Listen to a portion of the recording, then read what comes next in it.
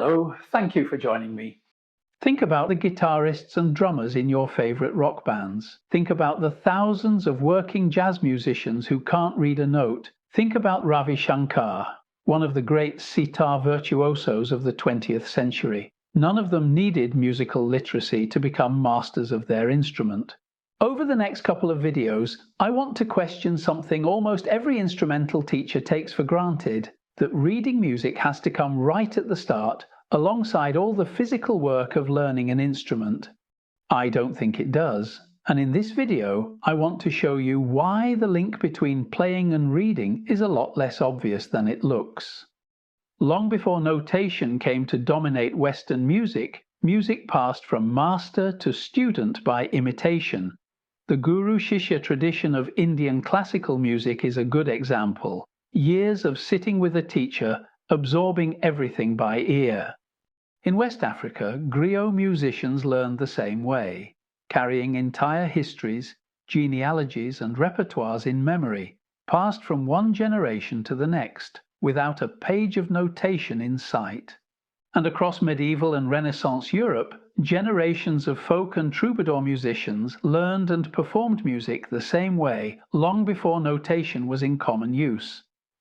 Zoom out across history and geography, and notated music is actually the unusual case. Even today, there's more music played from memory, by ear, or improvised than there is music read from a page. Musical literacy, as central as it feels to us, is really a fairly local, fairly recent phenomenon. So why do we assume our own students need reading from Lesson 1? Mostly, I'd say, because it's the way we were taught, not because reading notation is what actually makes someone musical. None of this means notation is a bad idea, far from it. Notation is a brilliant invention, and it's been refining its job for around 800 years. It lets a composer set down exactly what they want played, in precise detail, so that it can be performed again and again faithfully, by musicians who may never meet the composer at all. But that's all notation is, a tool for transmitting a composer's intentions. It was never meant to be a prerequisite for making music in the first place. Here's a useful comparison. Ask people what skills go into driving a car, and they'll say coordination, spatial awareness, quick decision-making. Almost nobody says map reading. Map reading helps you plan the journey. It isn't the driving itself. The music educator, Philip Priest, makes exactly this point about notation. Naming notes and recognizing symbols are what he calls ancillary skills, useful but not essential to actually making music or understanding it. Music educator George Odom raised a real concern here. If a student's earliest learning is dominated by decoding symbols on a page, the analytical work can crowd out the more instinctive, feeling side of playing. You can end up with technically accurate playing that doesn't actually sound musical. In fact, when you actually list out everything a beginner has to juggle just to decode a single written note, note name, fingering, rhythm, technique, all at once, it's remarkable any of it feels musical at all.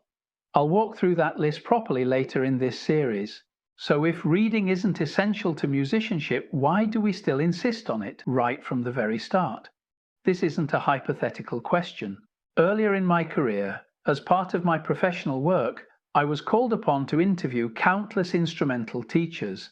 And when I asked what their objective would be for a first lesson, not a few replied, "Obviously you have to get them reading first." I don't think it's so obvious. So I want to look at what happens when we insist on teaching literacy to a beginner too early, starting with what it does to their motivation.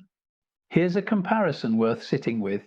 Imagine if we tried to teach children to read before they'd learned to talk or understand what others were saying, insisting they master the sounds of letters and the rules of grammar before uttering a single sentence they could easily imitate.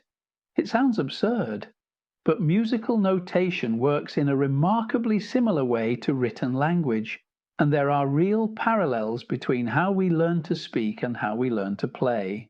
The linguist and philosopher Noam Chomsky, born in 1928, made the influential, if still debated, case that humans are born with an inbuilt capacity for spoken language. Whatever your view of that theory, there's no comparable claim for written language, and certainly none for musical notation. And yet we routinely treat learning to read music as one of the very first priorities for a beginner. Teachers of second languages already understand this. When they stress actual use of a new language, that is, speaking and understanding others, ahead of grammar and theory, they're following exactly this logic. Insist on theory before practice, and you risk losing the learner before you've even started. So what actually happens inside a beginner's head when notation and technique are thrown at them together? In the next video, I'll break down exactly what we're asking a student to juggle, and why it can make their first experience of making music feel like anything but. I hope you found this useful and thought-provoking. If you did, the best way to support the channel is to subscribe, so you'll hear about the next video as soon as it's up. And if you've got thoughts of your own, I'd love to read them in the comments. Thank you very much for joining me, and I very much hope that you will join me again.